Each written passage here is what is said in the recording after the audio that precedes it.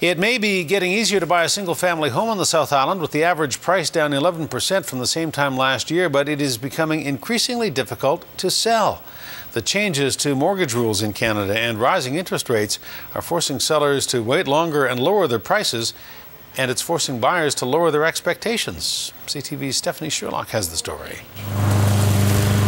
Show ready is a fair amount of work. This time last year, I think the house would have been on the market for $550,000 and there would have been a line for people to buy it.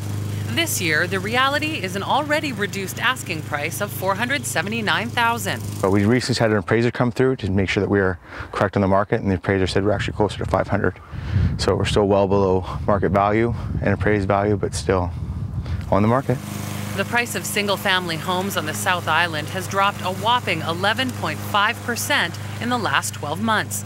The average selling price nearly $62,000 less than August 2011. On the Mid-Island, the average selling price is also down, buyers paying an average of $17,000 less than a year ago. In an effort to try and slow down the housing market, the Bank of Canada, in conjunction with the government, has made some changes, and those changes are resulting in people qualifying for less money. Which is driving prices down and driving homeowners looking to sell crazy. It's very frustrating, you know. You think you have all your money invested into something solid and secure, and the market takes a little bit of a hiccup, and suddenly here you are. Realtors caution against panicking. It's the average home price, so you have to take that with a little bit of a grain of salt. Saying different properties have different features, and there's a buyer for every home. You need to be more specific with who your target market is. You can't just do a broad marketing. You need to really focus on the person that's looking for this home.